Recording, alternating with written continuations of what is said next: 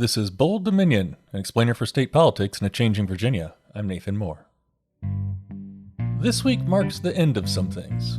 Not this podcast. We're still enjoying producing it, and we're going to keep doing it. But this week is the second anniversary of the COVID-19 pandemic, shutting just about everything down, and of all the hardship that came with that. And now, 2 years in, Virginia and states around the country are transitioning to viewing the pandemic as more of an endemic. Something to be managed, but that we just live with now. I'm still not sure how I feel about that. This week also marked the end of the 2022 Virginia General Assembly session. Unlike the last two, we had split control of state government this year. Republican Glenn Youngkin took over the governorship from Democrat Ralph Northam. And while the state Senate maintained its slim Democratic majority, the House of Delegates saw a new Republican majority set the agenda. So, did Virginia lawmakers set partisan politics aside? Did they come to thoughtful agreements and craft wise legislation to move the Commonwealth forward? Not really. You already do that, right? But there was some action to be seen. So in this week's episode, the Bold Dominion crew sat down with the guys from Pod Virginia for a special crossover episode. And we're trying something new. We're going to present this year's state government recap in the form of a game show. Well, the General Assembly session is over, and all we have left is the memories, and of course, some audio. So we're going to dig into that audio now and hold a friendly competition between Bold Dominion and Pod Virginia. Now, the rules are pretty simple. Each answer will get you 1 point, or maybe no points, or it doesn't really matter, because this is actually just a fun game to talk about the General Assembly session. Is all that clear enough? It's as clear as my coffee. Okay, let's meet the contestants. First up, we've got the host of Bold Dominion, Nathan Moore. Thanks for joining us. Thank you, Michael. We are also joined by the producer of Bold Dominion, Catherine Hansen. Thanks for joining us. Thanks for having me. Plus, we're joined by the co-host of Pod Virginia, Thomas Bowman. Thanks for joining us. Great to be back. This is such a surprise. Plus, we've got a special person participating in this, our new producer of Pod Virginia, Arian Ballou. Thanks for joining us. Yeah, and the old producer of Bold Dominion. Okay, let's get right into this and play the game. Our first bit of audio is from the Speaker of the House of Delegates, Todd Gilbert. He is cheered by those who called for his resignation, repeatedly cheered by those who called for his resignation. So I've grown weary of being lectured by matters of race by Ralph Northam. That's Speaker Gilbert trashing Governor Ralph Northam after his final State of the Commonwealth address. Now, Speaker Gilbert caused a firestorm by tweeting during the speech, describing Governor Northam as condescendingly lecturing lawmakers because he read what book? Nathan, I'm going to start with you. My guess is it's Beloved by Toni Morrison, since that was what Republicans were all running against as their opponent last fall. It is interesting how Beloved, that Toni Morrison book, actually featured so prominently in the campaign last year and in the session this year. And the Beloved bill actually got through the democratically controlled Senate and is now on the governor's desk. So yeah, that's a pretty good guess. Well, and just to explain it there, that bill then would basically let parents opt their kids out of learning certain subjects, right? Or reading certain books that are part of a curriculum otherwise.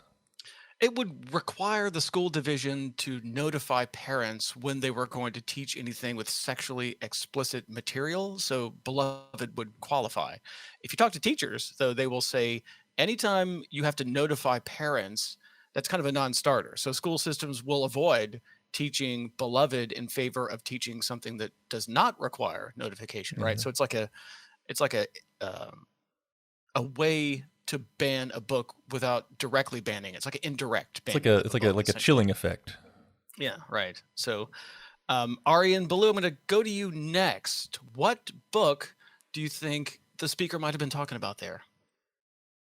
Oh, geez. Beloved's a pretty good guess there. I mean, that I'd go with that.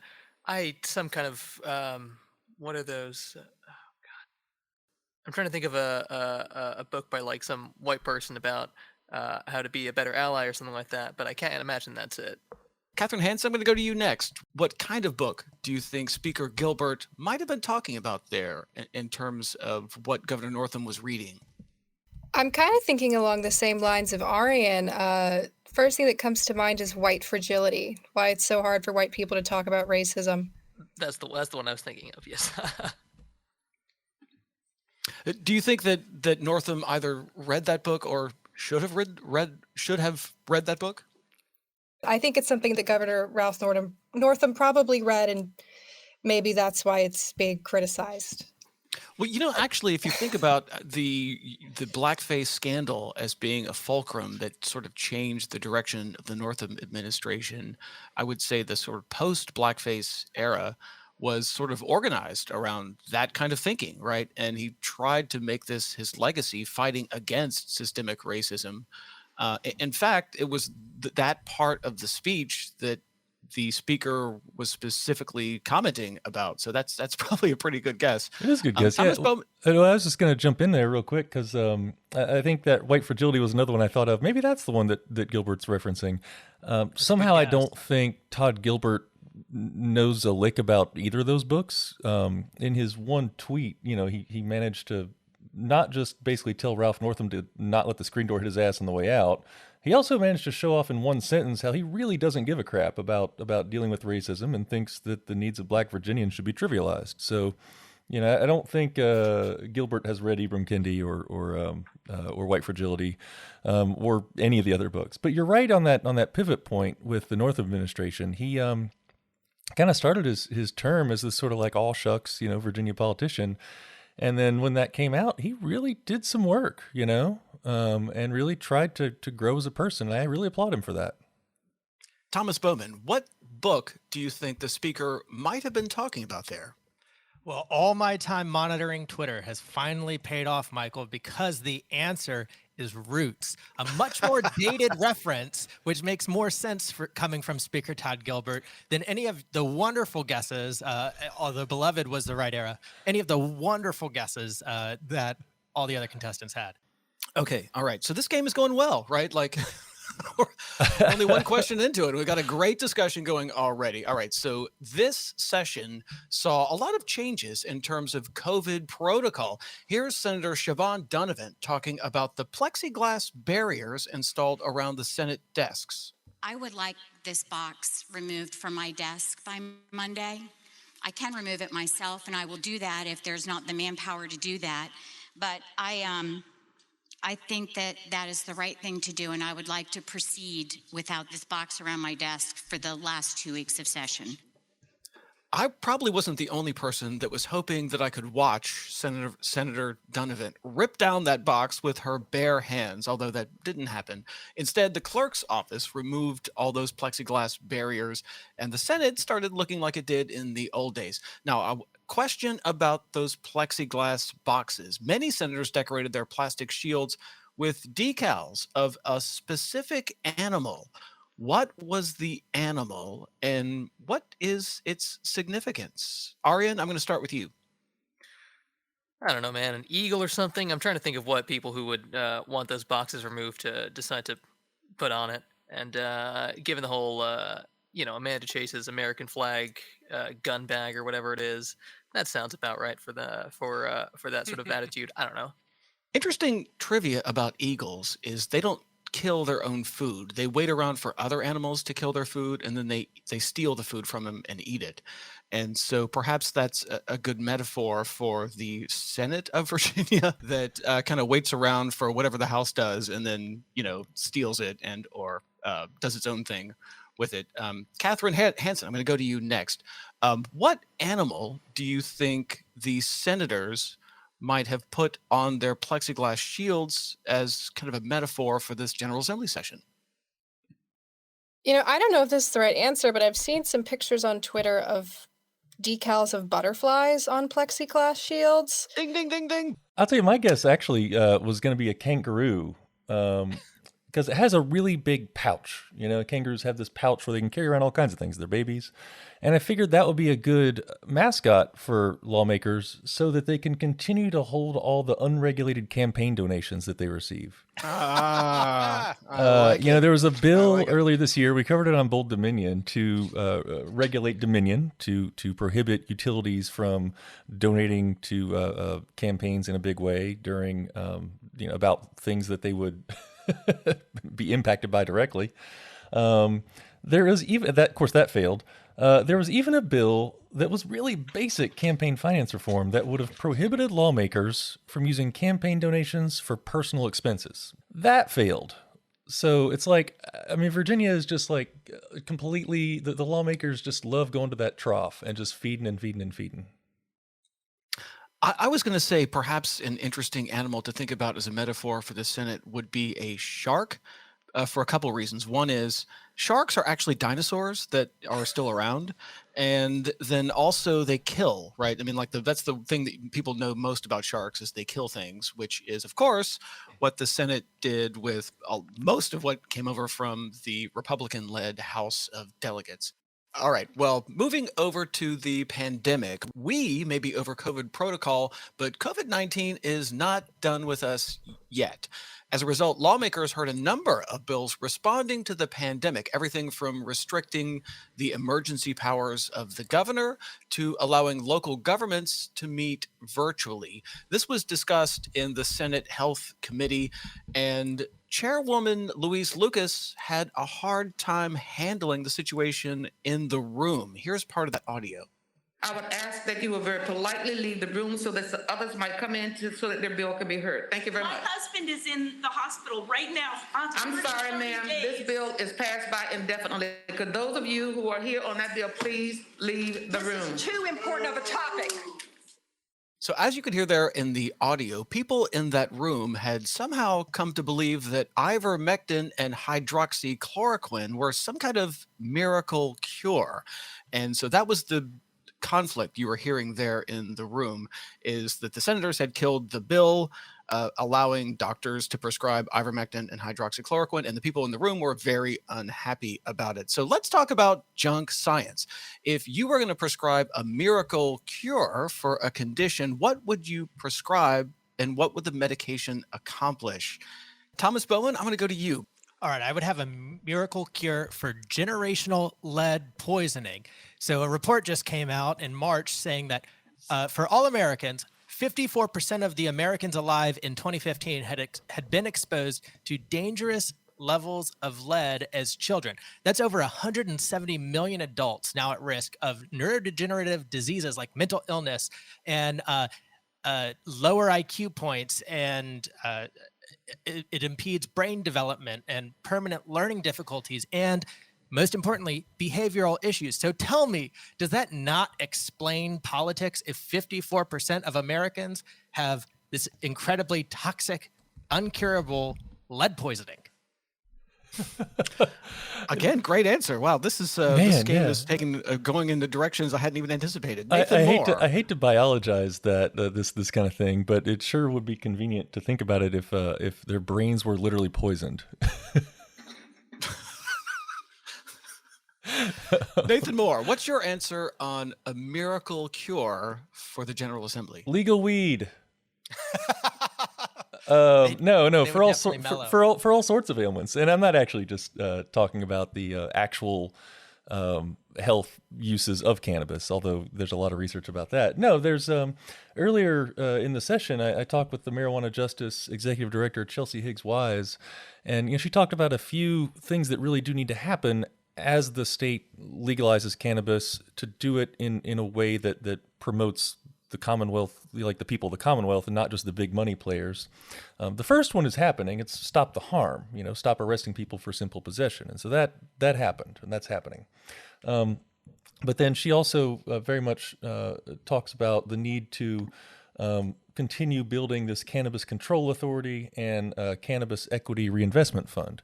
Don't just start selling cannabis at ABC stores, but actually have go into this with our eyes open about how we can redirect the cannabis revenue that the state collects and reinvest that in the people that were directly impacted by the drug war.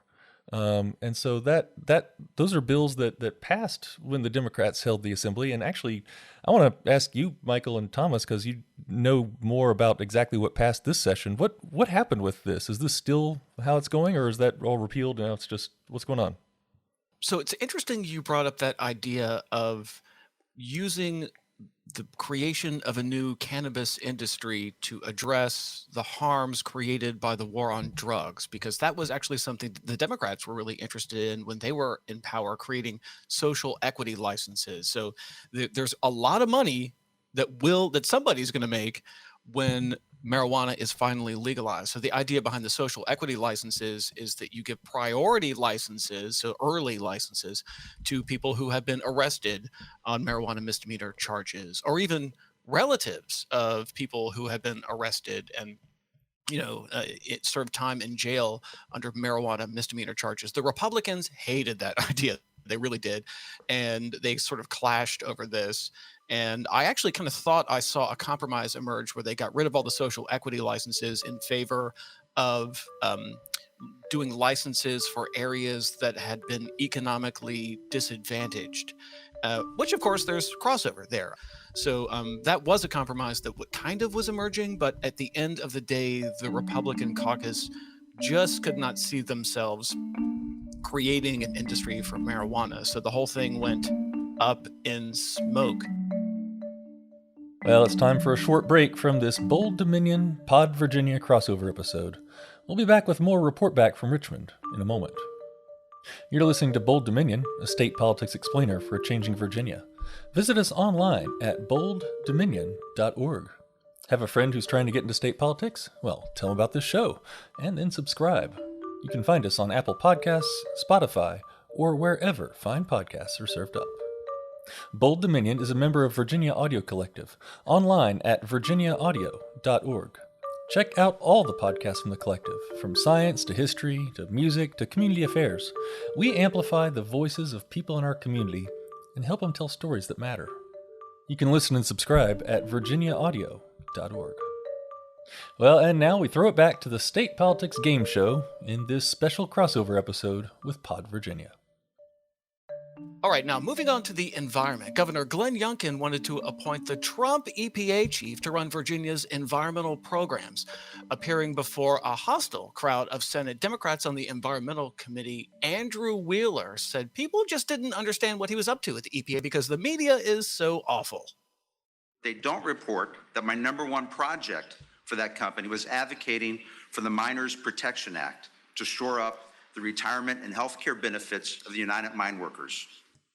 Okay, so let's bash the media. What's the most dangerous media information out there right now? How is the media getting it wrong? Or maybe how are some in the media getting it wrong? Thomas Bowman, I'm going to start with you. Sure. Well, immediately offhand, I think Fox News and right-wing media generally, especially the most dangerous misinformation being on COVID, shortly followed thereafter by various right-wing conspiracies being inflamed by the Kremlin. January 6th is pretty much a disaster. But on COVID, the pandemic is not over until the World Health Organization says officially that it is over. And until then, a pandemic means that the virus or the disease evolves in unpredictable ways and can come and go. So it should be very simple. If pandemic, then wear your mask. If no pandemic, then refer to local authorities. Nathan Moore, what is the most dangerous media misinformation out there right now? Well, Thomas pointed out Fox News, which is certainly the 500-pound gorilla of sort of right-wing misinformation at the national level. The thing is, it wouldn't be so amplified without social media as well, and all the shares that people do in the unchecked way that non-facts and frankly dangerous misinformation does get shared around and amplified, and people start thinking it's real. And I just want to point out to this is the way authoritarian regimes thrive or authoritarian movements is they start pointing out like, oh, that's not real. They start pushing forward different versions of a big lie, and it's not so much that people all believe the big lie, but enough people start to think, well, we can't trust any of it. It's all not true. And when that happens, then the authoritarians just use raw power. and it doesn't matter what the facts are. It's made possible by social media and very, very well-heeled national outlets like Fox News and others. Wow. Aryan Ballou, what's your thought on media misinformation, the most dangerous forms of media misinformation? I'd actually say, I mean, so there's contemporary is probably the wrong word, but the one that's most concerning to me right now is, I mean, there's a lot going on with this whole Ukraine crisis. Obviously, loads of it, and loads of sort of, I mean, in an active war zone, the information is unreliable to say the least. There was, I feel like the most critical thing going on right now is sort of a lack of adequate education on in terms of what the media tends to be doing. There was a poll last week regarding putting a no-fly zone over Ukraine and whether Americans supported it. And when framed as should we put a no-fly zone over Ukraine, it was 2-1 in favor of absolutely yes. And then if you the secondary follow-up question was, should we put a no-fly zone over New Ukraine if that would be seen as an act of war, which it would be. It would include shooting down Russian planes if they entered that airspace. Then it flips 2-1 the other way, right? And that second part of the discussion, I haven't seen a lot of places in terms like where most people are getting their news. So that is concerning. Catherine Hansen, what's the most dangerous form of media misinformation out there from your perspective? I think to look at a state level, critical race theory and the state of education policy in Virginia. We recently did an episode on this 2 weeks ago, and both of our guests let us know that parents have already had avenues to go into schools and discuss what their children are learning. I mean, lesson plans are posted online. I think it's causing a lot of anger and a lot of stir up from parents over an issue that really they've already had an avenue to sort of resolve. All right, so let's move on to our final question. Let's talk about words. How we talk about things influences how we think about them. So social equity license might be a hard sell because the word equity has kind of fallen out of favor with Republicans. Another good example is the Department of Corrections. They say they don't put prisoners in isolated confinement because they don't call it isolated confinement. They call it restrictive housing. And then last summer, they stopped calling it restrictive housing in favor of calling it restorative housing. Kim Bobo at the Virginia Poverty Law Center said this is a debate about language. I think they're playing games with words. They do use restrictive housing, they use restorative housing, they have all these fancy names, but essentially it is still solitary confinement. People are being isolated for long periods of time. Some lawmakers were trying to ban Virginia prisons from having isolated confinement. That issue failed in favor of having a study. They're going to study it, and maybe next year they'll do something. Maybe next year they won't. So the concept isolated confinement, the words isolated confinement, well, that really needs a makeover, but it's not alone. What phrase or name is misleading? Things like right to work. What phrase or words need a makeover, maybe? Nathan Moore, I'm going to start with you. So there's two that I want to use as a springboard to talk about something else. Right to work is one. It's really the right to work for less. Because what that means when you say right to work is that it basically makes union representation very difficult. Historically and in the present day, unions are pretty much the only thing that workers have to keep from being exploited by their bosses, to keep from working in unsafe conditions. And I will say this all the time, like not saying unions always make good decisions. They are human institutions and they make mistakes, but unions as a concept, unions as a thing that we need in Virginia, I am 100% there. So right to work is definitely one that needs a makeover. Another one is critical race theory, or quote divisive concepts. That was a funny one this session. Almost like so broad as to be meaningless, whereas critical race theory is so narrow as to be misleading. Both of those point to really education policy right now. And really I want to use this moment just to talk about how Virginia education policy does need to really come around and recognize and remember that public education in this state is really the foundation and cornerstone of having a democratic society here. I mean, going back to just after the Civil War, it was required by the federal government in Reconstruction for southern states to set up good public education systems because they knew that would actually make democracy possible. And I think we lose sight of that sometimes.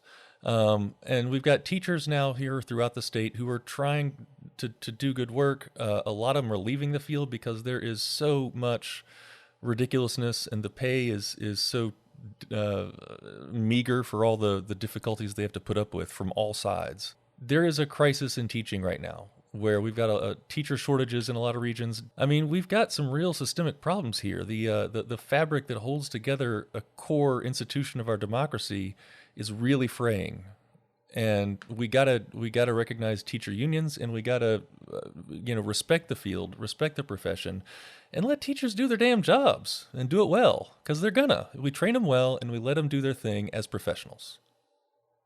All right, so the Virginia Department of Corrections thinks that isolated confinement needs a makeover. Catherine Hansen, what's your thought on a phrase or a word that clearly needs a makeover? I guess maybe this isn't a super recent or relevant one, and I don't necessarily think it needs a makeover so much as to be abolished, but pull yourself up by the bootstraps is not only physically impossible, but sort of places the onus on the individuals to pick themselves up instead of being able to have a government that supports them. So that's one that I have a certain issue with. Thomas Bowman, what's your thought on a word or phrase that needs a makeover? The phrase that most needs to die in Virginia politics is peace in the valley. And I have a good reason for that. We've joked about this on our podcast. Who uses that a lot? Tell me more. Well, a lot of Virginia legislators on both sides use that a lot. It's a pretty common phrase you'll hear during legislative session to describe when when there's no more objections to a particular bill.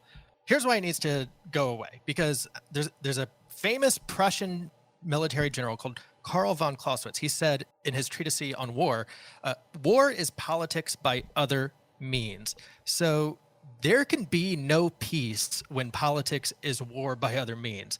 And if one thing at least since 2016 has been made painfully clear to me, is that the Civil War in America never ended.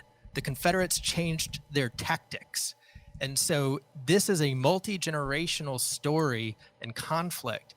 And we cannot let our guard down. We cannot assume that we all just get along. That is not how this works. You fight when neither side can gain sufficient political advantage. I had one more thought, if that's okay. Of course.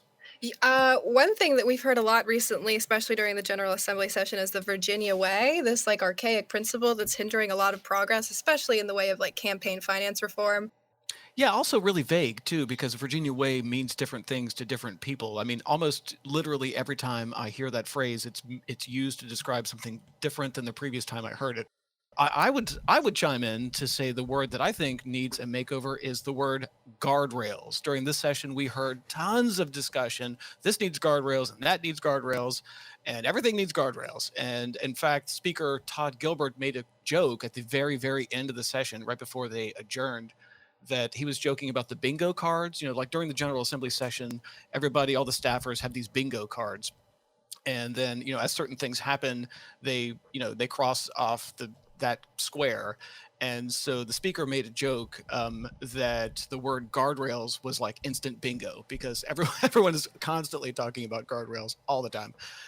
So that would be my suggestion for a word or phrase that needs a makeover. All right, now I have been dutifully keeping score as we have been playing this game, ladies and gentlemen, and I've got a winner. I'm going to declare the winner is you, the listener of our crossover podcast, for listening to all of our discussion on all these things. I want to say thank you to our contestants: Nathan Moore, the host of Bold Dominion; Catherine Hansen, the producer of Bold Dominion; Thomas Bowman, the co-host of Pod Virginia; and Arian Ballou, the producer of Pod Virginia. Thank you all.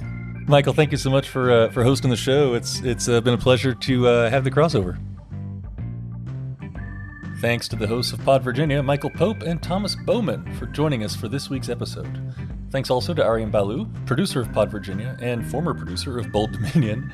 And thanks to Bold Dominion's producer and guest this week, Catherine Hansen. We're all pals here. My name's Nathan Moore, and I'm the host of Bold Dominion. You can find us online at bolddominion.org. And don't forget to subscribe, it's just a click away.